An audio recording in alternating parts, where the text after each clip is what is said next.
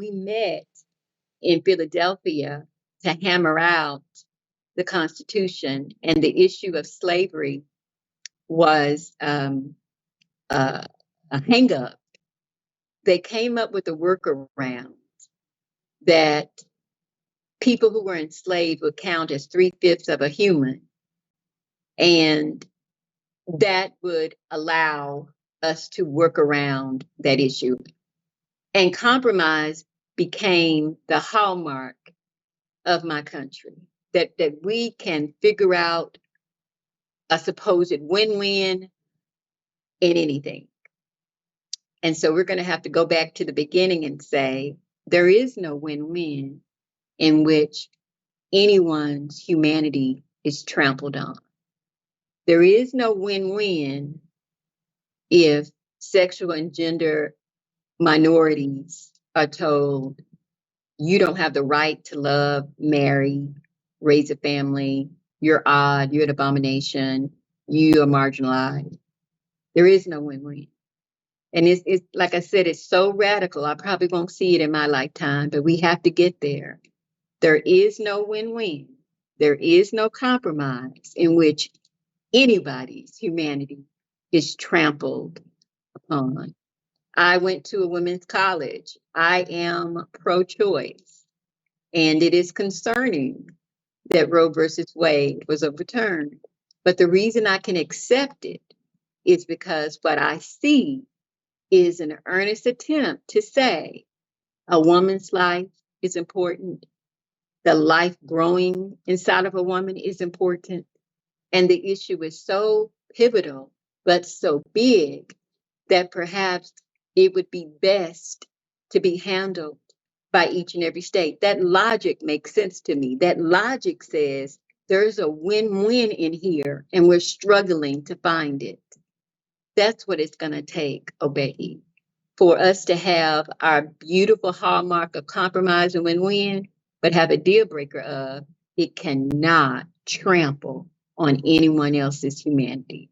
And if it's trampling on someone's humanity, it's not going to work for us as the United States of America. We don't play that game. We don't trade humanity over here.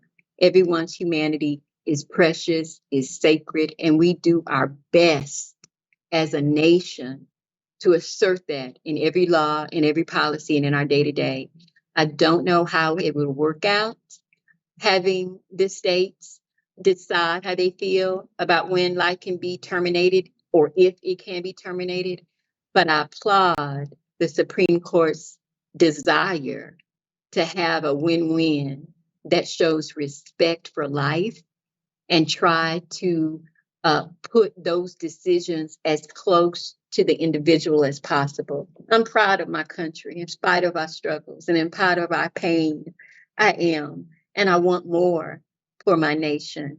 And the more perfect union that I dream of, Obehi, I'll never see. But I'm okay with that because I inherited America that the slaves never saw. There's a poem by Maya Angelou, and she says, I am the dream, I'm the hope of the slave. I rise, I rise. And she's gone on, Dr. Maya Angelou, but those of us who understand what she stood for, we hold those principles in our hearts. We still rise, we do, because we're standing on the shoulders of those people who never saw their prayers answered. So I would be less than they are if I stop praying or I stop believing, because I'll never inherit the blessings that I'm believing and praying for. So I'm going to stay on the wall. That's what Christians say when we're praying for something. Are you on the wall? Are you on your knees?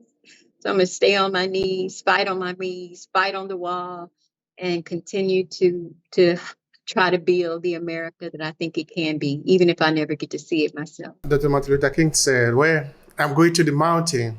And I may not get you with you, but we the people, we're going to the promised land. He didn't make it. He was murdered in 1968. He didn't get to that promised land, but we're going. And we as a people is the human family, not just Black people. We'll get there. I believe you. I believe you. And also the United States is a very important country for the liberty that for the courage you have to be what it is of course, there are some defects in every human being, in every situation, in every society. Uh, we hope that it can become a perfect union. That is what we really hope, because Yeah, it's actually one of the best countries in the world. it All is. right, now, okay. 2 days ago, 3 days ago, the United States celebrated its independence, the 4th of July, since 1776. Because we are talking of hope, we are talking of solution to the problem. Have you seen something that we can hook up to as a time that it was actually moving away from this deliberate attempt to prey on certain individuals in the society, in this case, the African American? I'm still talking of systemic racism, something that we can look up and say, okay, at that time it was almost there, so that we can go back to our drawing table. Because sincerely, my sister, I don't know if it's going to happen that one day that constitution is going to be reviewed and really rewritten so that they can favor everybody. I don't know if it's a possibility. But because we don't know what we don't know of the future, at least we know what we know of the past. This is history. Bring me back to that point where we can hook up to. Okay. When is, yeah. This is going to shock you, but I'm a Republican. I'm a Black Republican. I'm the only one, I believe, in my entire district. And I switched parties in March of 2020, right after COVID hit. I just made a decision in terms of where my political alliance is going to lie, and that's what I did. And there's a lot that I know about people who are Republicans that a lot of people in my community don't know. And there are heroes that I have that people in my community would kind of frown upon. I didn't vote for the former President Donald Trump, even though my friends were like, "Oh, we need every vote, LaTrese. We need every vote." I'm like, "Well, actually, no, I'm not going to be able to do that because of some decisions that he's made and some behaviors and some posturings that show me that he's not pro human being like I am. You got to be pro human being." And so I wasn't able to make that choice. But there are some Republicans that I really admire. And I'm going to get to your question of, is there a point in history where we can look back to and be encouraged, since there probably is a pie in the sky element of me saying that the whole Constitution needs to be revoked and rewritten. I admire Abraham Lincoln. He was a Republican. I admire Martin Luther King. He was a Republican. And I admire, and these are all men, I admire Ronald Reagan, who was also a Republican. And I'm going to tell you why I admire those men and how I think we can pull something from the past to help us move forward. Because more than likely, my pipe dream will never happen, that the Constitution will be revoked and rewritten. So Abraham Lincoln said that if I could preserve the Union by freeing every enslaved person, I would. And he said, and if I could save the Union by not freeing a single enslaved person, then I would. And even though he went down in history as the great emancipator, that's actually a misnomer, misname. He's not the great emancipator. The Emancipation Proclamation, which was going to effect January 1st, 1863, said that if you were an enslaved person within a territory state that had seceded, that was in rebellion against the Union, you would be free. If you were enslaved in a state that had not left, you would not be free. So the people who were in states that had seceded, the slave states that had seceded, not the slave states that stayed, the slave states that had seceded, he freed the slaves there. Well, he had no authority over there was enslaved people, because they were now part of the Confederate States of America, the Confederacy. Jefferson Davis was their president. So President, Biden can't write laws for Mexico, for Switzerland. He's not the sovereign there. Similarly, President Lincoln couldn't write a law and enforce it in the Confederacy because they had their own government. So the enslaved people that he could have freed, people who were enslaved in slave states that had never ceded, they were still a part of the United States, he didn't free them. We gave him the title of Great Emancipator. That's not his title, but a fitting title. And why I admire him and where we can look for inspiration, Obehi, is because that man had conviction. His conviction was that the Union deserved to be preserved, to be reunified. And he was so committed to that he said, whatever I have to do to make that a reality, free everyone that's enslaved, keep everybody that's enslaved. And am I saying it was a great idea to keep Black people enslaved? God forbid, no. But what I'm saying is I'm asking you a question. Where can we look for inspiration? That's a great person to look for inspiration to have conviction. However, we should have a conviction that every person's human rights are sacred and valid and must be protected, but have conviction. Martin Luther King. Martin Luther King was also a Republican. Martin Luther King was wonderful at collaboration. He could work across race, he could work across gender, he could work across socioeconomic, he could work across faith.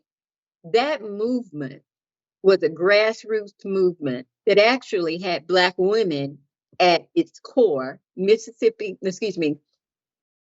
The Montgomery Improvement Association, the MIA, was the group that actually came up with the brainchild of Montgomery Boyce Boycott, which then triggered a whole series of organized protests. Those were Black women, and he worked extremely well with Black women, Black church women, to be even more particular. And then he worked well with Jewish people, and then he worked well with wealthy. He was just he was just very astute, and he worked extremely well across lines.